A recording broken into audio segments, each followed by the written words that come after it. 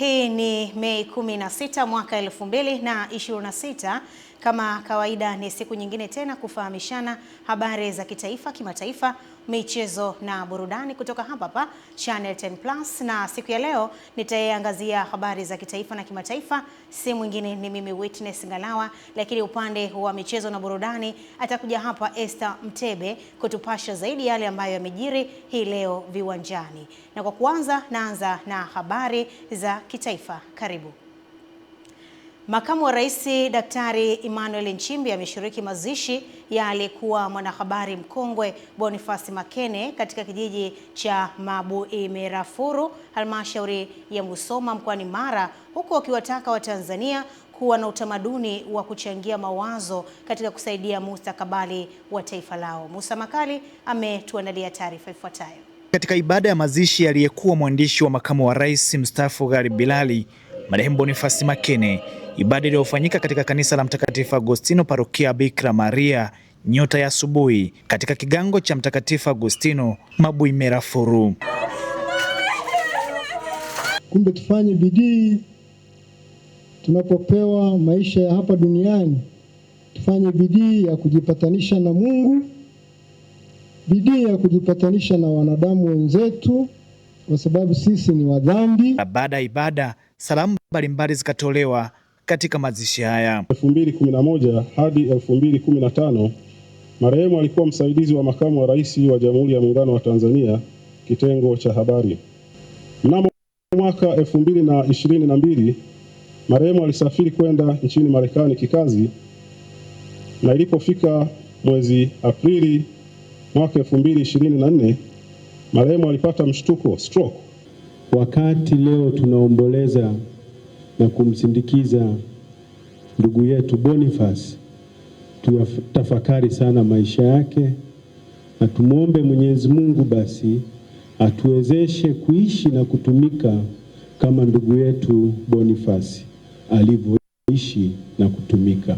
Makamu wa Rais wa Jamhuri ya Muungano wa Tanzania Daktari Balozi Emmanuel Nchimbi anaongoza mazishi haya, na hapa salamu za serikali akazitoa kwa Watanzania. Makene alikuwa hajali kama utakasirika, hutakasirika, anakuambia anachokiamini kwa dhati, na anakuambia ushauri mzuri ama mtamu ama mchungu, yeye anakuambia. Tungependa sana tuwe na watu wengi katika taifa letu wa namna hii, na tukijenga utaratibu wa kuwa wa kweli, tukijenga utaratibu wa kutoa mawazo yetu kwa nia njema, tutaweza kuijenga nchi yetu kwa kiwango kikubwa sana. Tukijenga utaratibu wa kuwa na mawazo mazuri na kuyaficha, tutaishia kujenga taifa la wanafiki ambalo haliwezi kupata maendeleo. Kwa hiyo ni muhimu sana kila Mtanzania aone anayo nafasi ya kutoa mawazo yake kwa nia njema kusaidia katika ujenzi wa nchi yake, na hii ni moja ya njia ya kuwaenzi kina Makene. Katika salamu hizi ya kusita pia kuwapongeza Watanzania wanaoishi ughaibuni ambao wametoa ushirikiano mkubwa katika kumuuguza marehemu Makene. Naomba niombe diaspora waendelee kupendana, kushirikiana, na waendelee kukumbushana kwamba taifa lao ni hili, taifa lao ni Tanzania, hawana taifa lingine. Tunawiwa sana na mambo mazuri wanayofanya, na hasa wanapokuwa mmoja wao ana shida. Kutoka hapa katika halmashauri ya wilaya Musoma hapa mkoani Mara, jina langu ni Musa Makali na hii ni Channel 10. Naam, Waziri wa Maendeleo ya Jamii, Jinsia, Wanawake na Makundi Maalum, Daktari Dorothy Gwajima amewataka madiwani nchini kuhakikisha wanakuwa na chachu ya mabadiliko kwa kutenga fedha katika bajeti za halmashauri zao kwa ajili ya majukwaa ya uwezeshaji wananchi kiuchumi, hususani wanawake. Taarifa zaidi na Amani Mbando. Akizungumza jijini Dodoma wakati akifungua mafunzo ya mwongozo wa uundaji na uratibu wa majukwaa hayo kwa madiwani wa viti maalum wa mkoa wa Dodoma, Dr. Gwajima amesema madiwani wana nafasi ya kipekee ya kusimamia ajenda ya uwezeshaji kiuchumi kuanzia ngazi ya chini. Hakikisheni bajeti za maendeleo katika halmashauri zenu zinatenga rasilimali za kutosha kwa shughuli za majukwaa ya uwezeshaji wanawake kiuchumi. Kama rasilimali hazitoshi, tengeni kilichopo kisha mjiongeze kwa kutumia mbinu mbalimbali. Cha msingi kwenye vichwa vya wanawake wetu, ajenda ya kuwatoa hapo walipo kwenda mbele ieleweke vizuri.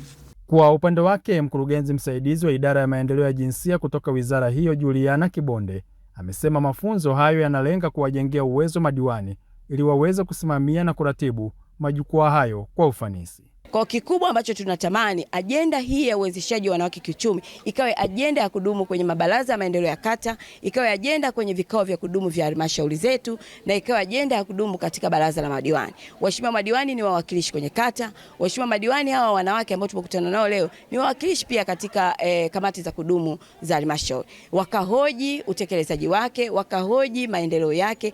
Nia kubwa ni hatutaki kumwacha mwanamke yote nyuma. Naye afisa maendeleo ya jamii mkoa wa Dodoma Honorata Rugasira amewataka maafisa maendeleo ya jamii ngazi ya wilaya kuhakikisha wanavifikia vikundi vya wanawake katika jamii na kuvihamasisha kujiunga na majukwaa hayo ili kunufaika na fursa zilizopo.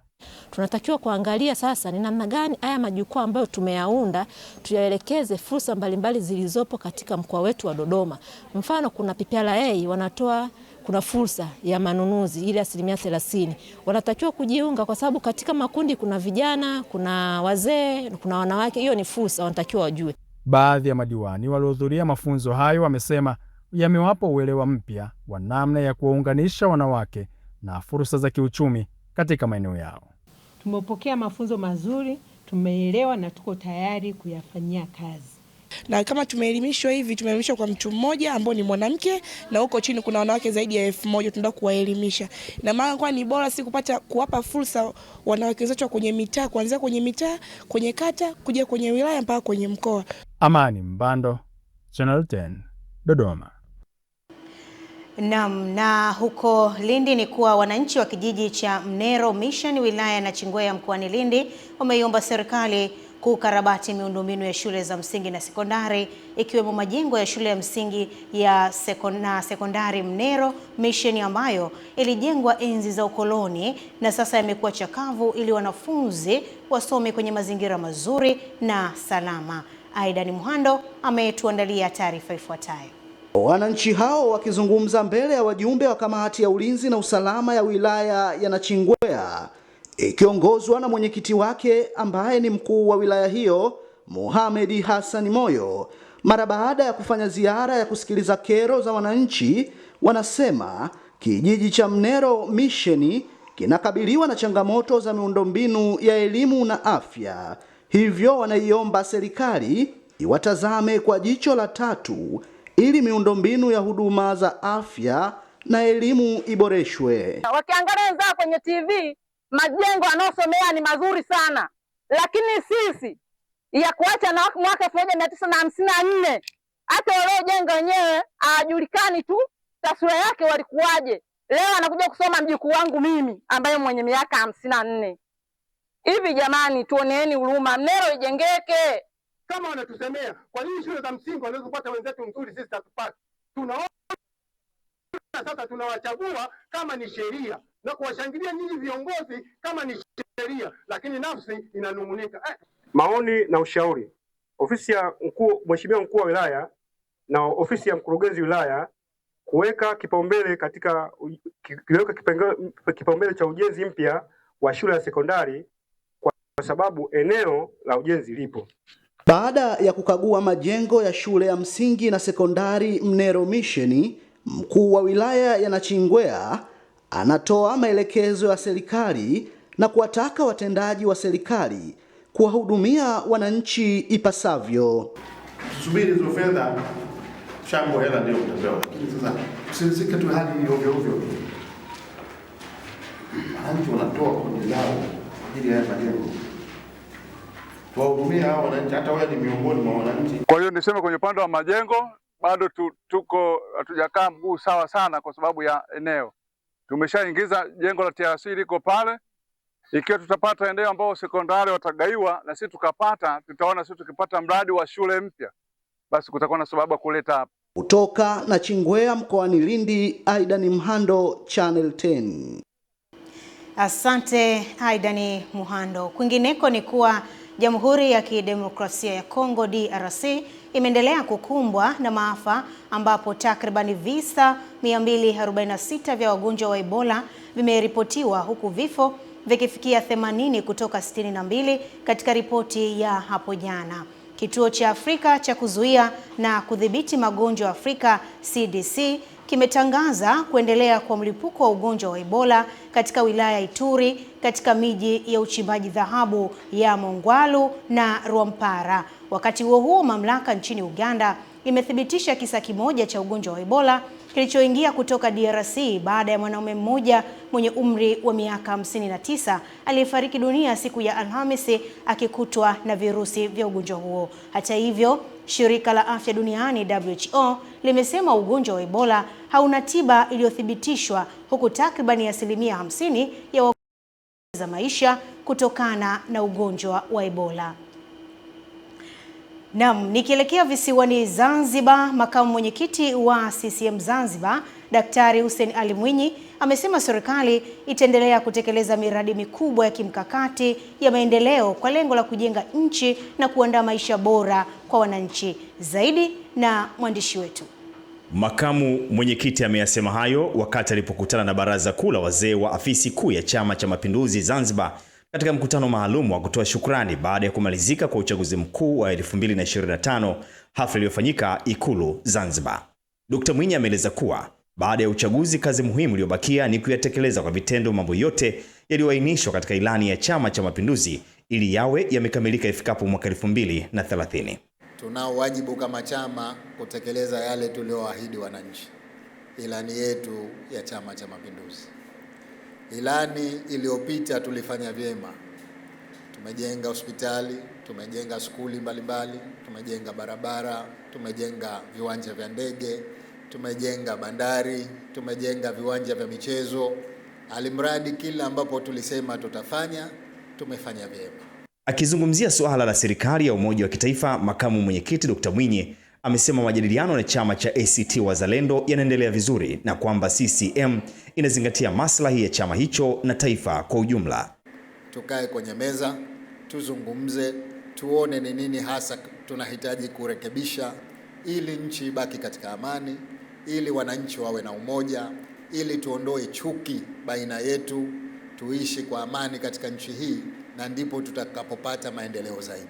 Akiwasilisha salamu za wazee, mjumbe wa Baraza la Wazee wa Chama cha Mapinduzi Zanzibar, Waziri Mbwana Ali, amesema baraza hilo linampongeza makamu mwenyekiti Dr. Mwinyi kwa kuimarisha umoja na utulivu wa nchi pamoja na kuleta maendeleo na dhamira ya kimkakati ya kuifungua Pemba kiuchumi. Umeweka upendo mkubwa kwa wananchi kwa kuwaweka pamoja, kujitolea kwako wananchi kuwafanyia mambo ya msingi. Emmanuel Mwakapotela, Channel 10. Asante Emmanuel Mwakapotela. Nikielekea huko jiji Mbeya ni kuwa serikali kupitia wakala wa barabara Tanzania TANROADS imeendelea na mpango wa kupanua barabara na kuweka taa katika maeneo korofi yanayosababisha ajali na msongamano wa magari mkoani Mbeya, ikiwemo eneo la Shamwengo, Mlima Nyoka na Iwambi. Zaidi na Epimakus Aponari. Hatua ya upanuzi wa barabara inatokana na changamoto ya ajali za mara kwa mara ambazo zimekuwa zikitokea katika mkoa wa Mbeya na foleni ya maroli ambayo yamekuwa yakisimamishwa kwa zaidi ya nusu saa ili kupishana na magari madogo, na hawa ni wananchi na watumiaji wa barabara wakieleza changamoto za maeneo korofi. Wasikilikaji wa kisaikolojia ambao tumeupata kwa matatizo makubwa sana ya ajali zilizotokea hapa. Tumebakiwa na watu wengi sana ambao wamebaki ni yatima, wengine wajane. Barabara hii imeua watu wengi sana na malori yamedondoka ni mengi sana. Barabara zikiwa nzuri, nafikiri hata pia ajali zinapungua. Madereva tunachukua muda mfupi kutoka sehemu moja kwenda sehemu nyingine. Taa za msaada na barabara kama imetanuliwa, sehemu ambazo zimetanuliwa ni nzuri pia kwa sisi, yani sababu unaendesha gari vizuri, umetulia. Meneja wa wakala wa barabara TANROADS mkoa wa Mbeya, Mhandisi Suleiman Bishanga, amesema serikali imetoa fedha na maelekezo mahususi kuhakikisha maeneo hayo yanapanuliwa, huku mkuu wa kitengo cha maendeleo ya miradi TANROADS Mbeya, Mhandisi Justin Mlope, akaeleza maeneo yanayojengwa madaraja. Maelekezo ya Mheshimiwa Rais aliyotoa ili tuhakikishe tunapapanua na tunaweza kupata watu waweze kuingia mjini kiurahisi. Lakini hizo jitihada zinafanyika kwa misingi ya kurekebisha ujenzi wa njia 4 Serikali ilishatupatia pesa kwa ajili ya kufungua hii barabara ya bypass, ambapo ilitupatia jumla ya shilingi milioni 482 kwa ajili ya hili daraja. Katika eneo hili la upanuzi wa barabara hapa Shamwengo mkoani Mbeya, Epimax Apolinari, Channel 10. Naam, nikielekea huko Singida ni kuwa viongozi wa dini wametakiwa kuendelea kuliombea taifa nyakati zote ili kuwafanya wananchi kuwa na maadili mema kwa nchi yao na nchi iendelee kuwa na amani na utulivu. Rafolo Kinala ametuandalia taarifa ifuatayo. Mwenyekiti wa CCM mkoa wa Singida ndugu Martha Mlata ameendelea na ziara yake ya kuimarisha chama na jumuiya zake, na hii leo ziara yake inamfikisha katika wilaya ya Iramba mkoani hapa na kupata fursa ya kuonana na viongozi mbalimbali wa chama hicho ngazi ya kata na vijiji. Akizungumza na viongozi wa CCM ngazi ya kata na vijiji wa wilaya ya Iramba, Mlata akatoa wito kwa viongozi wa dini kuendelea kuliombea taifa, amani na utulivu vitawale. Tunawashukuru viongozi wa dini, tunawakimbilia sana. Wakati sisi tunahangaika huko, nyinyi mlifunga mikanda mishini kutuombea. Na kazi hii si bure, kwa sababu ndio amani ya taifa letu hili. Watu hawawezi kwenda kumwabudu Mungu kama hakuna amani. Lakini kwa neema ambayo nyinyi mmetuombea, ndio maana haya yote yanawezekana. Viongozi wa chama alioongozana nao wakapata fursa ya kutoa salamu zao kwa viongozi hao wa CCM ngazi ya kata na vijiji. Viongozi wote tutoke kwenda kuhamasisha ufanyikaji wa vikao. Na vikao tunavyotakiwa kuvifanya vianzie kwenye ngazi ya shina. Tunaomba tuanze kubadilika. Tuwalee watoto wetu ipasavyo. Haiwezekani mtoto kama mtoto anaweza akamjibu mzazi anavyotaka. Nje ya ukumbi, baadhi ya viongozi wa dini wakaahidi kuendelea kuliombea taifa, kwamba tutaendelea kuhubiri amani ya nchi hii mahala popote tuendapo, tukilitangaza neno la Mungu, lakini pia hatutasita kuwakumbusha wananchi juu ya swala la kuilinda amani. Tunaendelea kusimama kwa ajili ya kuiombea nchi yetu na kuiombea taifa letu la Tanzania, ili liendelee kusimama katika imani na watu waishi katika amani. Nikiripoti kutoka hapa katika wilaya ya Iramba mkoani Singida, Rafuru Kinala, Channel 10. Hakika amani ni msingi wa maendeleo ya taifa lolote lile. Mtazamaji, kama ndio unafungua TV yako, hii ni Channel 10 Plus habari na mimi ni Witness Ngalawa. Tafadhali endelea kuwa nasi, tunaendelea na taarifa ya habari na sasa ni jijini Dodoma, ambapo Wizara ya Katiba na Sheria imeelekeza kuwa migogoro ya ardhi na mirathi imeibuka kuwa chanzo kikuu cha malalamiko ya wananchi ambao wanapiga simu katika kituo cha huduma kwa mteja, programu ambayo inaitwa Sema na Waziri, ambapo simu zinazopokelewa kwa siku ni kati ya 200 hadi 400. Amani Mbando ametuandalia taarifa ifuatayo.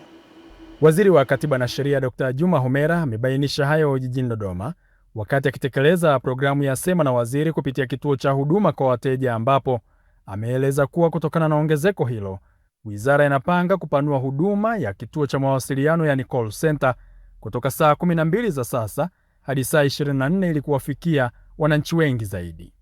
Kwa hiyo kero zinakuwa ni nyingi ambazo tunazipokea, na simu ni nyingi sana kwa siku. Tunapokea simu mpaka simu 200, 300 mpaka 400. Kwa hiyo na kituo hiki kinafanya kazi kuanzia asubuhi mpaka jioni. Kwa hiyo na kadri tunavyozidi kwenda baadaye tunaweza tukalazimika kwamba kiwe cha masaa 24. Aidha, Waziri Dr. Homera ameeleza namna changamoto hizo zinazowasilishwa na wananchi kwa njia ya mawasiliano ya simu zinavyoshughulikiwa, ikiwamo kuzihusisha wizara na taasisi nyingine za serikali. Kwa hiyo imetufundisha vitu vingi. Leo mpaka sasa hivi hapa nimeshapokea simu 25, ambazo katika simu 25 simu nyingine za kesi za madai, zingine wana kesi za mirathi, zingine kesi za kuhusiana na masuala ya ardhi. Kwa hiyo tunachotamani kwamba kila tunachokipokea tukifanyie kazi Kinachohusu wizara yetu tutafanyia kazi kwenye wizara yetu. Kinachohusu wizara nyingine tutawasiliana na wenzetu wa wizara nyingine kwa ukarimu mkubwa na kwa upendo mkubwa ili changamoto ziweze kutatuliwa. Programu ya Sema na Waziri hufanyika mara 3 kwa mwezi, ikiwa ni daraja muhimu la mawasiliano kati ya serikali na wananchi kwa kuhakikisha inasikiliza na kutatua kero za kisheria kwa wakati, kuongeza uelewa wa haki na wajibu wa wananchi, pamoja na kuimarisha uwajibikaji na uwazi katika utoaji wa huduma za umma. Amani Mbando, Channel 10, Dodoma. Wafugaji nyuki kutoka vikundi mbalimbali vya wilaya mkoa wa Tanga wameanza kupatiwa mafunzo ya ufugaji nyuki kwa njia ya kisasa mkoani Tabora ili waondokane na changamoto za kutumia njia za kienyeji ambazo zinaathiri mazingira na kupunguza thamani ya mazao katika soko la kitaifa na kimataifa. Adela Moses anatupasha zaidi. Kwa sasa wafugaji hao wamedai kwamba njia wanayoitumia ya kuchoma moto kuvuna asali imekuwa ikisababisha vifo vya nyuki, uharibifu wa mazingira pamoja na uteketevu wa misitu, jambo ambalo serikali imeingilia kati na kuandaa mafunzo ambayo yanatolewa kupitia Wizara ya Maliasili na Utalii kwa ufadhili wa Mfuko wa Misitu Tanzania. Na hapa mkuu wa kitengo cha miradi na mipango wa mfuko huo Bwana John Richard anaeleza dhima ya mafunzo hayo. Lengo la mafunzo haya ni kuwezesha vikundi vya ufugaji nyuki kupata elimu sahihi ya ufugaji nyuki na utengenezaji wa mizinga. Na mizinga hii ni ile ambayo inazingatia viwango ili kuwezesha ufugaji nyuki kufanyika kwa tija na kuifanya shughuli maalum ya kibiashara itakaoongeza kipato kwa mtu mmoja mmoja, kwa jamii yetu na kwa taifa kwa ujumla. Sio gharama ndogo kuwaleta watu kutoka mbali kusafiri kwa magari kuja mpaka mahali hapa kukaa kwa muda wa siku 5. Kwa upande wao wafugaji hao waliopata mafunzo ya ufugaji nyuki kwa njia ya kisasa wamesema elimu wanaoanza kuipata itawasaidia kuongeza uzalishaji wa asali bora, kuboresha ubora wa mazao yao na kufungua fursa zaidi za masoko ya ushindani ndani na nje ya nchi. Mizinga sasa hivi ni mizuri, ya zamani ilikuwa ni mibovu. Unaenda kuvuna, wakati wa kuvuna unaenda na moto, umevaa gunia, sengine kale gunia lishashika moto, nyuki asali bado hujaipata, au asali umepata lakini asali inanuka moshi. Basi kwa mteja ukimpelekea anaona ile asali kama ni asali ya kupikwa ambayo inachemshwa sukari. Tunafuga kama kienyeji kule, labda unaweza ukawa unalima shambani ukaona tu mzinga wa nyuki kwenye kigogo cha mti shambani, pale pale usiku na waambia wenzako unachukua majani ya moto na vibiliti mnaenda kuchuma. Kwa hiyo matarajio yangu mimi kwamba hasara itakuwa haitopatikana kwa elimu hii. Mpango huo ni sehemu ya juhudi za kitaifa za kuhamasisha shughuli za kiuchumi zinazotegemea rasilimali za misitu kwa njia endelevu na rafiki kwa mazingira ya nchi. Kutoka hapa mkoani Tabora, Adela Moses, Channel. Nikielekea Kilimanjaro ni kuwa kamati ya ulinzi na usalama wilaya ya Moshi mkoani Kilimanjaro imeridhishwa na kasi ya utekelezaji wa mradi wa ujenzi wa kituo kikuu cha mabasi cha kimataifa cha Nganga Mfumuni ambao unatekelezwa kwa gharama ya zaidi ya shilingi bilioni 28.2 ambao unatarajiwa kukamilika Novemba mwaka huu. Ahmadi Nandonde anatujuza zaidi. Akiambatana na wajumbe wa kamati ya ulinzi na usalama wilaya pamoja na wataalamu wakati wa kutembelea mradi huo, mkuu wa wilaya ya Moshi Godfrey Mzava amesema kituo hicho kinachojengwa kwa kuzingatia viwango bora vya kimataifa vya utoaji huduma za usafirishaji kitaweza kupokea magari zaidi ya 130 kwa wakati mmoja. Endeleeni kuongeza usimamizi na ufuatiliaji. Huu ni uwekezaji mkubwa, fedha nyingi ambayo Mheshimiwa Rais ameleta hapa ili kuhakikisha unakamilika na unaanza kutoa huduma kwa wananchi. Stendi hii kwa mara moja itachukua mabasi jumla zaidi ya 130. Katika ground floor kuna sehemu maalum kabisa kwa ajili ya kupaki magari madogo 111. Mkurugenzi wa manispaa ya Moshi Bimwa Juma Nasombe amesema mradi huo unaotaraji kukamilika ifikapo Novemba mwaka huu upo katika hatua nzuri na ya kuridhisha ambapo mpaka sasa zaidi ya shilingi bilioni 12 zimetumika. Mara ya kwanza tulikuwa tumetumia bilioni 9 kabla hatujasimama, na sasa hivi tumetumia takriban bilioni 3.something. Hiyo ni awamu hii baada ya mkandarasi kurudi site. Kwa sababu tulimlipa mara ya kwanza bilioni 2, tukamlipa certificate ya milioni kama 700 na juzi tumemlipa certificate ya milioni 800. Kwa hiyo hizi ndio fedha ambazo zimetumika, wastani ya bilioni 12 tu mpaka sasa. Kwa mujibu wa mkataba wa nyongeza, mradi huu utakamilika mwezi wa 11 2026. Eneo ya kupakia na kushusha abiria ambao ni upande huu wangu wa kushoto, ile eneo la uwazi, na eneo la upande wa kulia wa kupakia na kushusha abiria, lenyewe tumefikia 70%. Wadau mbalimbali wa usalama barabarani na maafisa usafirishaji abiria Kilimanjaro Kiboa wakaeleza matumaini yao pindi mradi utakapokamilika. Hapa tumepata sehemu sahihi, wasio na wasiwasi. Sisi kama kamati ya usalama barabarani tutajipanga na watu wa Kiboa katika namna nzuri ya kugawa stendi hii, na kwetu sisi wasafirishaji tumegundua raha, kumbe serikali inatutazama namna hii, magari yetu yatatembea vizuri. Ahmad Nandonde, Channel 10, Kilimanjaro. Watafiti wa kilimo na wazalishaji wa mbegu za karanga hapa nchini wameiomba serikali kuweka ruzuku kwenye zao la karanga ili kumsaidia mkulima kulima eneo kubwa kwa tija, hali ambayo itasaidia zao hilo kurutubisha udongo na kuondoa gharama za matumizi ya mbolea, kilimo cha mazao mengine. Adam Malima kutoka Dodoma ametuandalia taarifa ifuatayo. Wakizungumza mkoani Dodoma katika siku ya mkulima shambani kwenye shamba la kuzalisha mbegu za karanga la kampuni ya Daspa, watafiti wa kilimo na wazalishaji mbegu wamesema zao la karanga ni zao ambalo linarutubisha ardhi kwa kiasi kikubwa, na endapo serikali ikaweka ruzuku ya kumsaidia mkulima wa karanga, zao hilo litasaidia kuimarisha afya ya udongo pamoja na afya za Watanzania, ambapo pia itaondoa gharama za matumizi ya mbolea za viwandani. Atakapokuwa na ruzuku, manake wakulima wengi wataingia katika uzalishaji wa hizi karanga katika maeneo makubwa zaidi. Unapopanua maeneo makubwa, manake kwamba utapata kipato, lakini pia utakuwa umeboresha ardhi, ambayo itasaidia kwamba baada ya hapo kunakuwa na uhakika kwamba ardhi yetu imehifadhiwa na imepata rutuba, ambayo ukibadilisha zao jingine unaweza kupata mavuno mengi na ya kutosha. Mazao yaende kwa wakulima wengi, itasaidia virutubisho kwenye ardhi, afya ya udongo, itasaidia lishe kwa watoto wetu na wakina mama wajawazito. Ni mazao muhimu sana. Taasisi ya utafiti wa kilimo nchini TARI kituo cha Nalendele, ambao wameandaa mashamba darasa kwa ajili ya kumfundisha mkulima mbinu bora za kisasa za uzalishaji wa zao la karanga, inaeleza kuwa kwa kushirikiana na wadau wengine sekta ya kilimo ikiwemo mamlaka ya udhibiti ubora wa mbegu TOSCI, SIMIT na SIAT, itahakikisha wanasambaza mbegu bora kwa wakulima ili wawe na kilimo chenye tija, ambapo mbegu zilizosambazwa zimeonekana kutoa mavuno mengi. Tumeweka mikakati kadhaa ya kuhakikisha kwamba wakulima wanapata mbegu, kama tunafanya kwa kushirikiana na taasisi nyingine kama ilivyo leo tupo hapa na Daspa, lakini pia kuna watu Alisen ambao tunawapatia mafunzo, lakini pia tunawapa mbegu ambazo wanazalisha na baada hapo wanazipeleka kwa wakulima. Karanga niliyoshika hapa ni karanga aina ya Nalendele 2016. Unavyoiona hapa bado haijakomaa, lakini ni karanga imebeba sana. Kwa haraka haraka nikihesabu hapa zinaweza kufika mpaka karibia 120 hivi inaweza ikafika. Kutoka mkoani Dodoma, Adam Malima, Channel 10. Mkoani Geita imeonywa kuendelea kwa vitendo vya ukatili ndani ya familia vinavyotokana na migogoro ya mali na urithi, huku watoto wakitakiwa kujifunza kufanya kazi na kujitegemea badala ya kutegemea mali za wazazi. Mrisho Sadik anatujuza zaidi.